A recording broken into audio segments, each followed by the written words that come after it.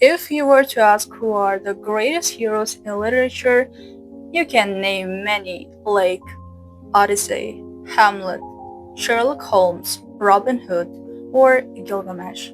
If you were to ask who are the funniest characters in literature, it's easy to name a few like Don Quixote, Fred, and George Weasley from Harry Potter series. But if you were to ask who are the laziest characters in literature, it's quite difficult to name even one of them, because literature at its core is all about transforming yourself through actions, heroic deeds, sacrifices, and risking yourself against the unknown. Yet, what happens if a character bedrots all day? Assalamu alaikum. This is Spiral Exit, and my name is Gulfarias.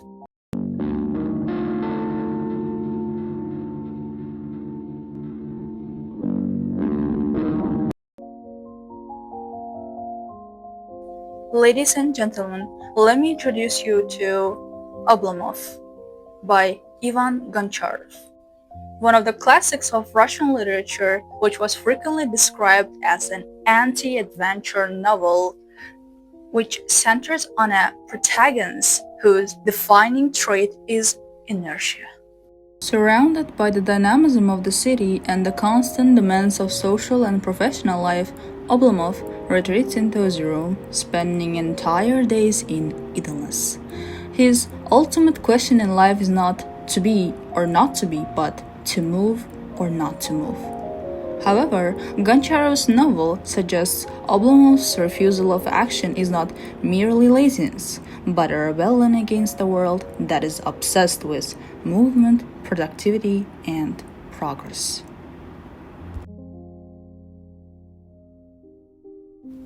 When you don't know what you're living for, you don't care how you live from one day to the next. You are happy the day has passed and the night has come, and in your sleep, you bury the tedious question of what you lived for that day and what you're going to live for tomorrow. Is it just me, or can you also smell an existential uncertainty? Yes, our Oblomov isn't rejecting adventure because he lacks desire. It's just he cannot find a purpose worthy of action. The novel thus reshapes the idea of adventure itself, inviting readers to reconsider the term adventure and the value of inner life. In refusing to move, Oblomov believes hard work is overrated, so he leaves all the decisions and choices to someone else to make. Goncharov transforms inertia into a moral and philosophical stance, suggesting that stillness, hesitation, and inner reflection may constitute a different and deeply human kind of journey. Alright, but first, who is Ivan Goncharov? Ivan Goncharov was born in 1812 in Simbirsk, into the family of a wealthy merchant. As a reward for his grandfather's military service, they were elevated to Russian nobility status. And like most of Russia's wealthy class, Ivan Goncharov was educated at a boarding school, then the Moscow College of Commerce, and finally at Moscow State University. In 1835, he moved to St. Petersburg and worked as a French translator while publishing poetry and fiction.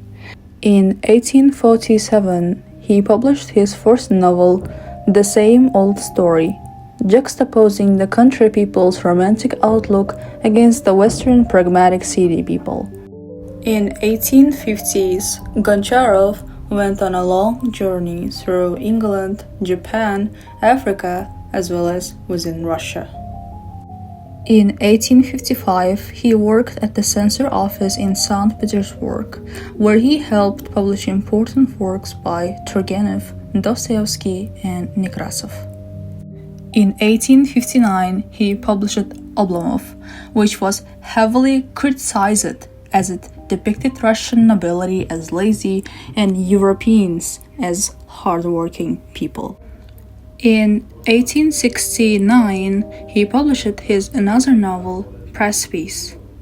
Goncharov was a slow writer, publishing a novel every 10 years or so. In the 1870s, he planned his first novel but failed to materialize it.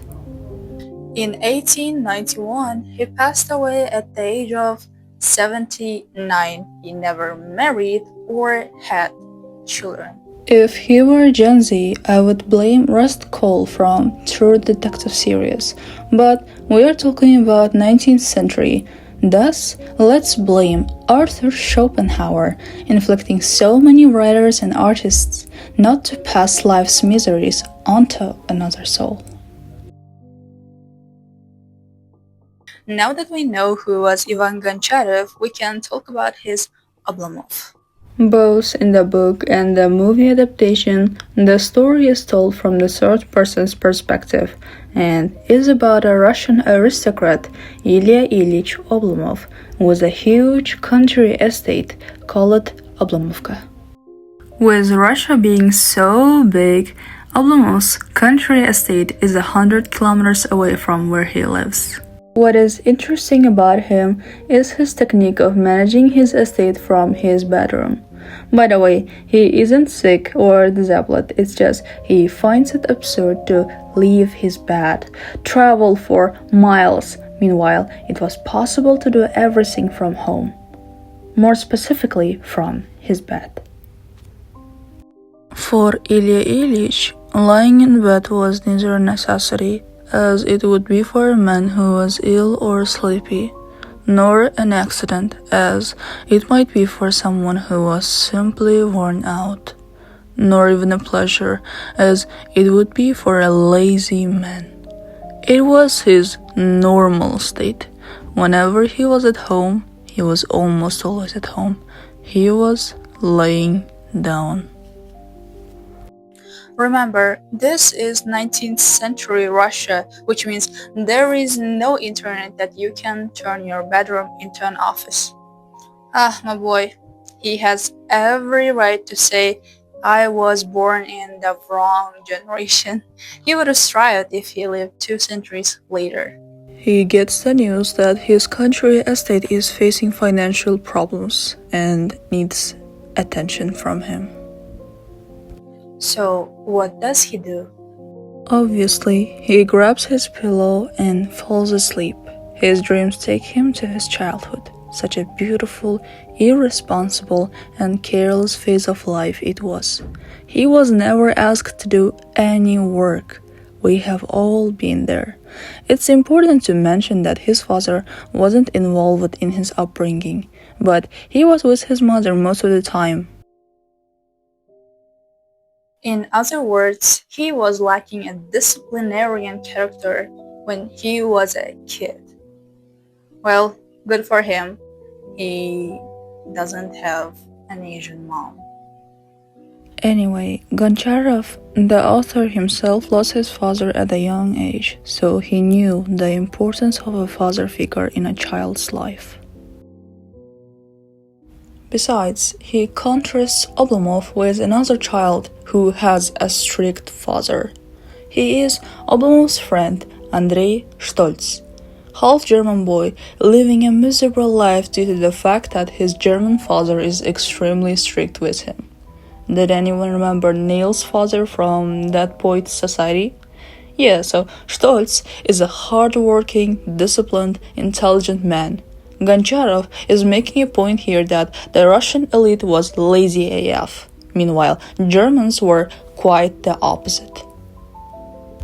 As the story continues, our golden boy Stolz comes to wake the lazy-spined Oblomov from his surreal childhood dreams. However, he cannot fully convince Ilya to get out of his precious bed. So he thinks, and sinks. Evrika, let's introduce a woman. So Stolz brings a beautiful young woman, Olga. At first, Oblomov is clueless. And she too is intrigued by a man who loves bed rotting all day.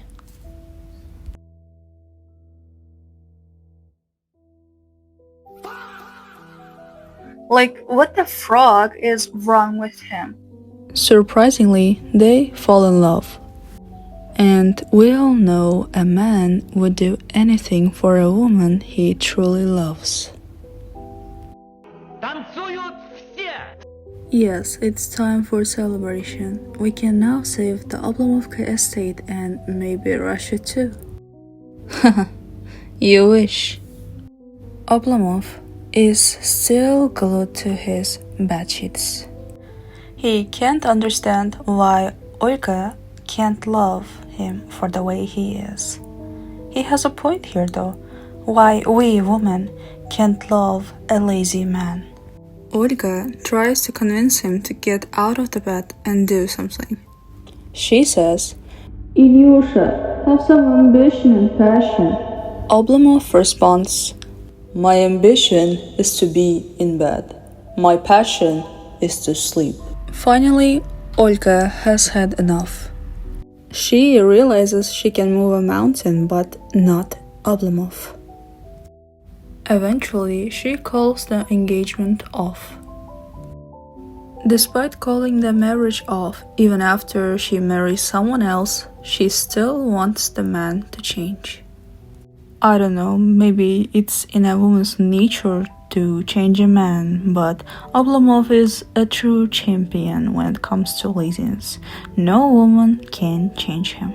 If only Oblomov lived today, he would have installed cameras everywhere so he could watch everyone from his bedroom. Because he was surrounded by people who took advantage of his extreme passivity and financial cluelessness. But again, we are talking about the 19th century Russia where you have to go around and physically watch your employees. His only eye is Andrei Stolz, at one point has had enough and travels to Paris. Guess who he bumps into? Surely it's not Oblomov. That guy is probably having his another dream about his childhood. It's beautiful Olga. Now she's in Paris, the most romantic city in the world. They eventually fall in love. Time to forget that lazy-spined Oblomov. We are in Paris, baby. Meanwhile, in Russia, Oblomov's so-called parasitic friends swindle money from him. We know our Ilyusha is a passive creature, right? But Terentiev pushes him to his absolute limit that Oblomov slaps him in the cheek so hard. Well, that was something in it. Perhaps there is some hope the man get up from his bed very soon. Instead, he marries a widow landlady Agafya. She cooks his food exactly the way he likes. She takes care of him just like a mother would take care of her baby. Oblomov is now married to the greatest woman in history and lives without any worry in the world. He lives his days in bed and nights in bed. Agafya doesn't ask questions, doesn't tell him what to do. Because she thinks Oblomov is a smart man. Goncharov here tells us that the elite of Russia didn't have to work hard because the peasants did all the work. Soon, Oblomov and Agafya have a child named after his friend Andrei Stolz. I think maybe it's time to say goodbye to our sleepyhead and put him in a place where he can sleep forever. Where no one disturbs him, where there is no worry of someone stealing your money or how to manage your estate. The novel ends when his friend adopts his son. Now that we have a half German raising the little Andrei, hopefully the future is looking up for Russia. If other writers like Dostoevsky talked about new ideas coming from Europe, Goncharev, on the other hand, exposes everything about the system on the verge of death. 2 years after the publication of Oblomov, the serf system was ended in Russia in 1861, and in the US, the slavery was outlawed in 1865. This means there was a global movement towards a more liberal, egalitarian society. The novel personifies how lazy the system was and how many people wanted change in Russia. On top of that, if you look at the historical contrast between Russia and Germany, you will notice that in 1917, Russia went for socialism, in which everyone was equal and nobody needed to work hard because everyone got the same amount. Well, at least on paper. But in reality, of course, it was still highly unequal. However, 16 years later, Germany went to the opposite route, fascism, in which everyone worked extremely hard to make Germany more productive, and you got what you worked for. Aside from being a social satire, Oblomov is a psychological novel. As a grown man, he has seen how terrible the world can be. Freed from the cares of business, Oblomov liked to retreat into his shell and live in the world he had created. The pleasures of lofty thoughts were in his grasp, and he was no stranger to universal human sorrows. He had wept bitterly in the depths of his soul, at one time or another over men's misfortunes, and had experienced obscure and nameless sufferings and anguish and the desire to go far away, more than likely into the world where Stolz was trying to draw him. Sweet tears would run down his cheeks. From this context, we can see he is a man in search of his lost childhood. Yesterday, you wished for something.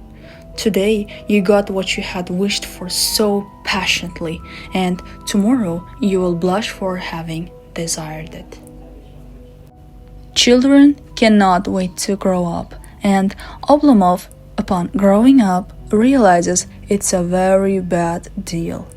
Lots of responsibilities and not enough fun in the moment. So he wants to return to his childhood. Kids live in the moment while adults have to work for the future. And to work for the future, we need resilience. Resilience must be taught to a child. Oblomov, on the other hand, is like a trembling leaf. To toughen up a man, he has to be taught, disciplined, and put to the test throughout his childhood. Outside survival instincts like eating and reproduction, evolution has also put a chip inside us. Call it ennui. Oblomov has an explanation for his laziness though. He reasons he is suffering from a weird, rare condition called Oblomovshina, which means he cannot help staying in bed. Of course, it's an invented illness by him. He just shows us even in bed you can achieve something and make history. According to Oblomov, life is nothing but an interval between two perpetual sleeps, one before you were born and one after your death. Throughout the novel, he remained in bed to make sure he was ready for death. I guess, especially these days, this mode of existence is very, very common. When you feel empty on the inside, you try to fill it with something. Laziness turns into boredom, boredom triggers creativity, and my unsolicited advice is be lazy until you get bored. Then turn that into something beautiful like this or this. Oblomov invented a disease, More than that, he gave us a deeper perspective on laziness and sleep. We slept for billions of years, then we live for a little while, which Oblomov spent in his bedroom. Once we die, we return to a perpetual sleep that lasts billions of years. So, life is being awake for a while. Whether you spend it in your bed, doom scrolling, or completely somewhere else, live it to the fullest. Until next time, ciao, cara mia.